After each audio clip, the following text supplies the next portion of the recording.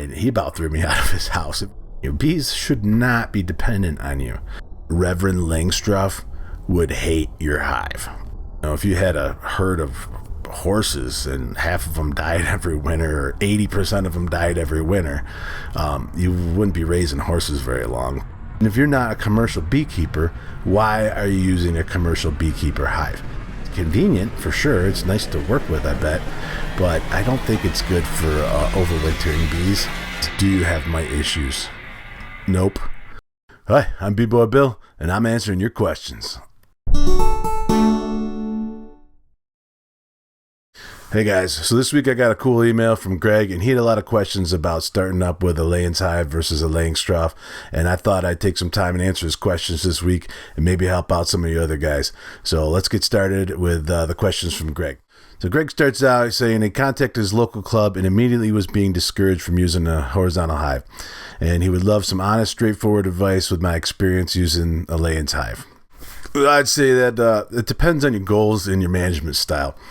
So if you're going to treat your bees, I think the easiest thing to do is use a Langstroth. I'm not super familiar with treatments, but I have been out to treat bees with friends of mine. At least for the oxalic acid, seems to work good with the Langstroth. I'm not going to treat anyway, but if you're going to treat, I think Langstroth's the way to go because most treatments are designed for a Langstroth hive, from what I can tell. Not to say you can't do it in Layens, but I just think it'd be easier on you if you started with a Langstroth if you're going to do the treatments. The next thing is, are you going to sell your bees to other beekeepers using Langstroths? Because if you're looking to sell bees, you definitely want to be on the same format as everybody else is using because they want to buy nukes, and you're going to have nukes on the Langstroth hive, and that's what they'll be using. So if you're going to sell bees and you want to sell to regular beekeepers using regular equipment, when I mean regular, I mean Langstroth, what people think of when they see a beehive, regular equipment. You definitely want to use a Langstroth hive if you're gonna sell bees to other people and that's your objective. The other thing is, if you are going to sell bees to people, you're probably going to want to use the same methods to make more bees using the Langstroth hives. So a lot of the methods for raising bees and raising queens and everything, the designs, and I'm not familiar with all of them, but I know there's some different manipulations with queen excluders and stuff to keep the queen in a certain part of the box while you're building up queen cells in another part of the box, forcing them to make queens. So Langstroth equipment is best suited for those methods because you don't have to develop your own methods. There isn't an easy way to make a queen excluder with a horizontal hive. Although you can do it. I'm thinking about ways to do it because I am going to start making some queens. I think the easiest thing to do is just use the regular Langstroth method if you're planning on just making a ton of bees to sell to other people. So that's another good reason to use a Langstroth. So if you want to migrate your colonies to the crops that are, blooming and stuff, you're definitely going to want to use a Langstroth hive.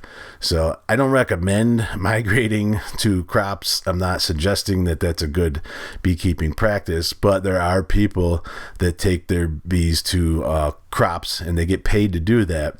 And I don't think it's good for the bees, but it's good for the crops and it's good for the people making the growing the crops. But the benefit is there you get paid to take your bees to those places. It's not good for the bees. You're not doing it for the bees to put your bees on a monocrop, but it's good for the crop. The people get a better turnout in their crop, and you get paid to do that. So I don't think bees aren't designed to move around a lot. That's why they build their houses in trees, and trees don't move. So I don't think that's good practice if you want to create healthy bees that you're going to have for a long time. That's just my opinion, though. That I do see a need for those people that do that, and I'm not saying that they shouldn't do that. I'm just saying that's not my goal, and if that's not your goal, then that's another reason why you may not want to use a Langstroth hive. And I think most people use a Langstroth hive because that's what they see when they think of beehive. Driving around, that's all you see is these Langstroth hives out in fields and stuff. I never see any horizontal hives except in my backyard. So that's probably why most people automatically go to a Langstroth. And if they're working with a mentor, chances are their mentor is already using a Langstroth hive. So that's another reason why a lot of people use the Langstroth hive. So here's some reasons why you might want to use the Layens. And these are just my opinions, but I think you'll see some rationale as we move through these.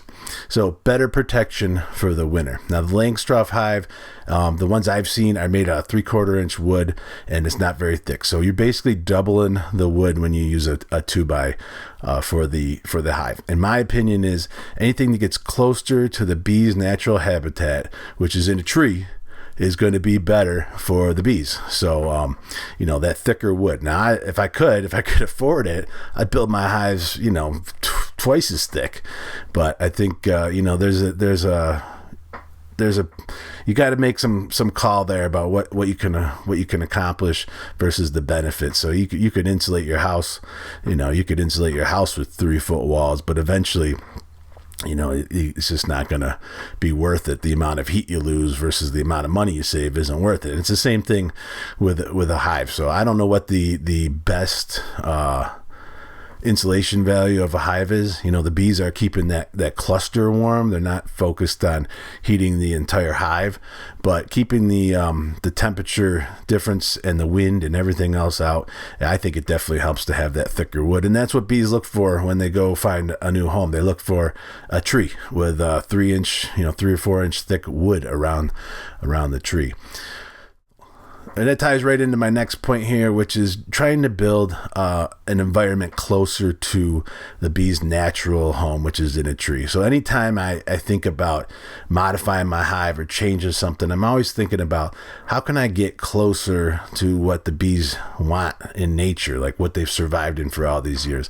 And if I look at a Langstroth versus a Layens, I think the Layens is closer, that's just more protection for the bees, and that's what I'm looking for. Now, you could go the argument, well, most trees are vertical, and the bees build vertically in the tree, and that's true, but bees will build anywhere, so I don't know what the benefit of that is. The one benefit is if you can build a hive that has comb 3 feet deep, then the bees don't have to break the cluster during the winter at all. So that's another thing. Now, when I was doing my research, the Layens frame had enough honey in it that the bees shouldn't have to break cluster, at least not much, during my winter. That was my goal, is I wanted the bees to not have to break that cluster, because that causes more stress on the bees. So that's my thought on that. Another reason to go with the Layens is it's self-contained. You don't have to buy more frames, more boxes. You don't have to store these things through the winter. I see commercial guys, they got boxes stacked all winter long under pavilions, basically. And that's one way to do it. But it's convenient for them because they can bring back tons of honey all at once in these boxes, these pre-made boxes, and then they can harvest the honey out of those and then just store the boxes. I don't have a pavilion to store boxes, and I don't want one, so I like to just put my empty frames right back in the hive after I harvest them, and that's usually what I do. Sometimes, if I have another hive I could store them in, I'll stick them in there for the winter, but usually they're going right back in the hive after the honey comes out. And then that way I don't have to figure out what to do with all these extra frames through the winter. And I don't have the extra boxes I got to figure out what to do with either. When I harvest honey, I use my nukes and I stick the frames right in the nuke box.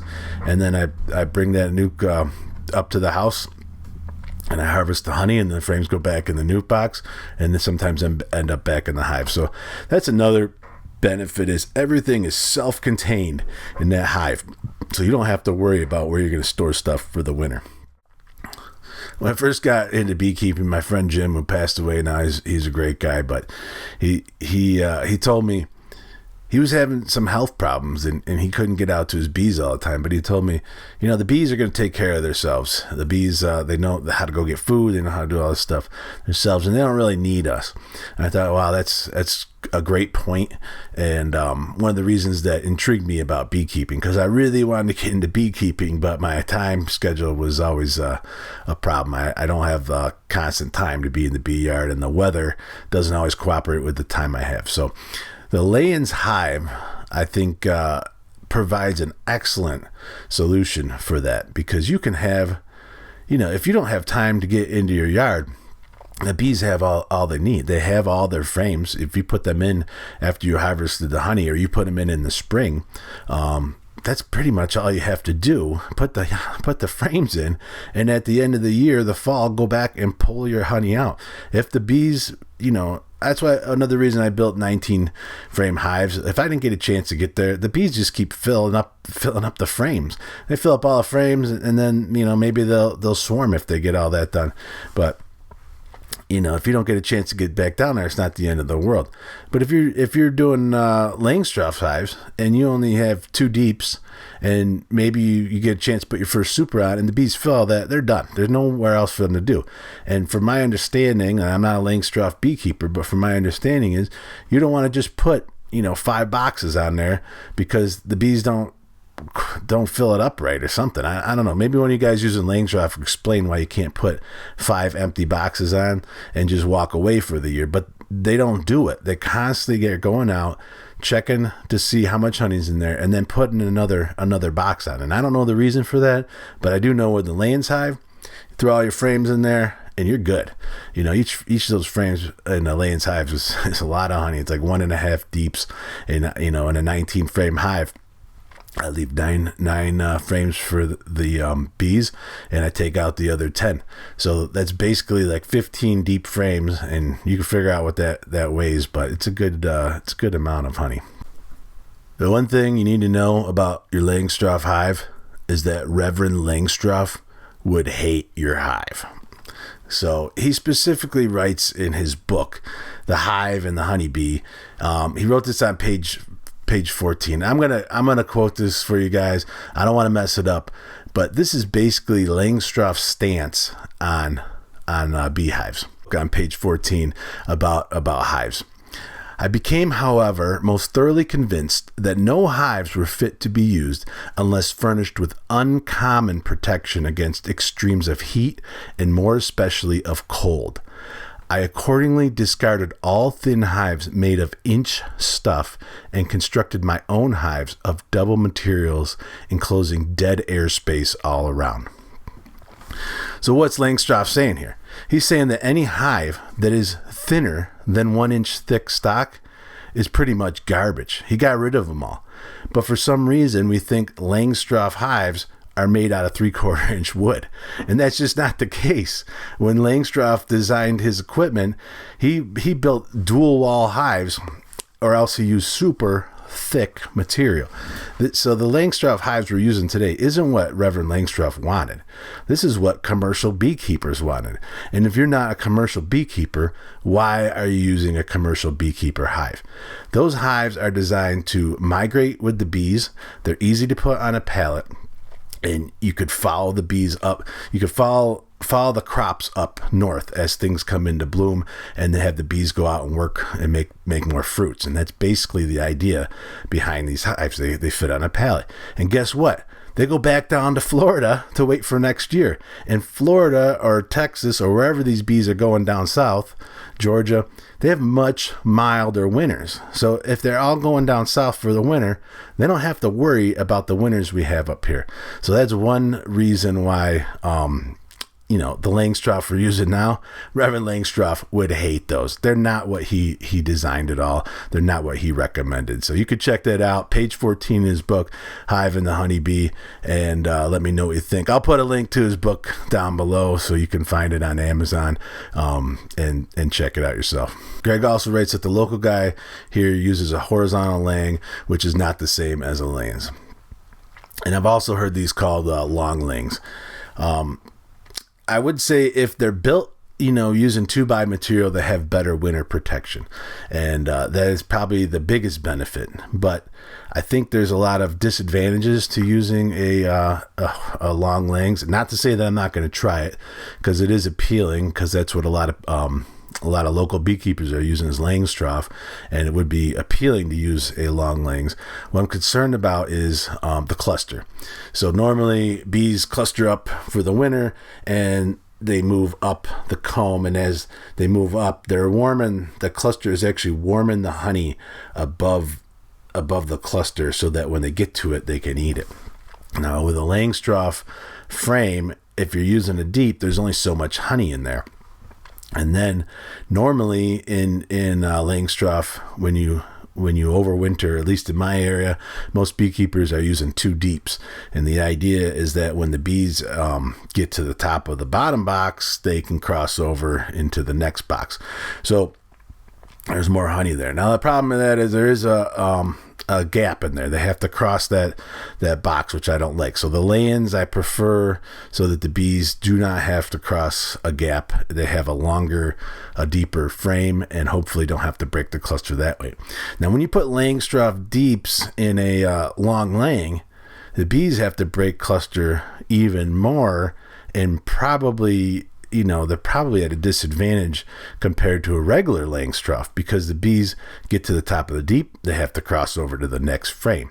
So instead of moving up and warming the honey above them, they have to move over. Now, this is compounded by the fact that they can't just move up and start at the bottom of another full frame. They're starting at the top of a full frame.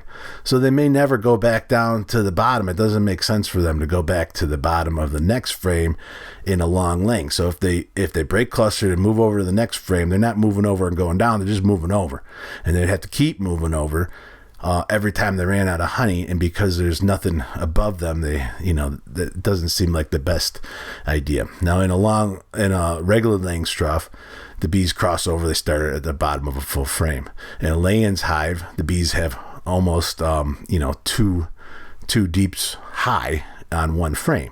So they can make it a lot longer through winter before they have to break cluster and switch frame. So that's, I don't think, I think a long Langs is probably, it's convenient for sure. It's nice to work with, I bet, but I don't think it's good for overwintering bees. But I may try it because I like the premise, and Langstroth equipment is readily available, and it's also used a lot locally, but I don't think it's the best option to overwinter, just because of all the times the bees have to break cluster to switch frames. And I've never tried it, so that's just my opinion on that.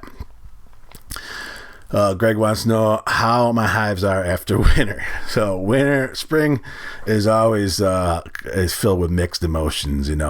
I'm disappointed because some of the bees didn't make it through winter, and that's just the way it is when you're keeping bees. It's different than other agriculture. If you had a herd of horses and half of them died every winter, or 80% of them died every winter, you wouldn't be raising horses very long. But we've done a lot of different things with bees. We ship bees all over the country, different environments, and so we got a lot to contend with. So you bring bees up from Georgia or Florida up into my state of New York, and the winters here are completely different, and the bees aren't suited for that. So harvesting or getting local bees is a big one of my big goals, catching swarms. But the problem with that is you don't know where the swarm came from. Was somebody not managing their Langstroth, and we got a swarm from them, and those bees have been treated and manipulated constantly. Maybe they just came up from Georgia. Maybe this is their first year, and they banged out a hive full of honey, and they swarmed, and so they're not ready for our winter. They don't know how to go into our winter. So that's a big part of what I'm doing is trying to get bees to make it through the winter, and get bees locally and find bees and breed from them that will make it through the winter. So that is something I'm always working on. So the mixed emotion is, yeah, it stinks that I lost some bees, but you know what? I don't want them in my yard. I don't want to breed from bees that can't make it through the winter, because I'm just perpetuating the problem. So, I've lost, the first year I went from 8 hives to 2 hives. The second year, I think I lost 50%. Last year, I did a 4-way split. I caught some swarms. I went into winter with 8 hives. I came out with 2 hives again. But you know what? One of those hives has made it for 3 winters now, and that is the hive that I'm going to breed from, because that seems to be the magic number. If that hive can make it 3 years, I think those bees are well suited for our area. And I didn't do anything other than, the only prep I do for winter is I put 1.5 inches of rock wool insulation on top of the frames. And the only reason I do that is because the top of my hives are 1/8 inch luan, and I need to have a little more insulation on the top than the walls, just to help condensation from dripping back on the bees. So that's the only reason I do that. If I had thicker tops, then I wouldn't even do that. But I'd have to build the tops like 2 inches thick, and that wouldn't be very fun to lift off. So other than that, check out my spring inspection video for 2021. I'll put the link. You can check out my bees. It's surprising because the bees, this one hive always comes through with a few bees. So whatever's going on in my yard, if I got varroa mites or whatever it is, they're being selected for a very small colony to come out of winter. But these guys blow up, and they fill a 19 frame hive with honey every year. And that's coming through winter with the smallest cluster ever. So when I see a hive that comes through winter with a large cluster, I don't know why, but they don't seem to do well the next winter. Just been my experience. So, don't always be sure that hive coming through with just a handful of bees, like a fist-sized bees coming through the winter is going to do worse than one coming through with a whole bunch of bees, because I don't think they're acclimated to my area. So I'm happy to let my bees come through with just a fistful. Guess what? They don't use a lot of honey either, because there's only so few of them. So I don't have to worry about that. All right. How often do I go into my hives? It depends.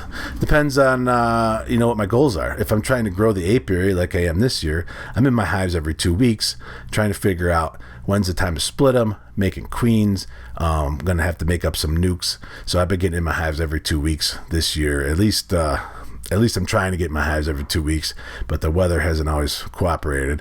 So I'd say every 2 weeks right now. But you know what? Last year, I didn't have any time at all.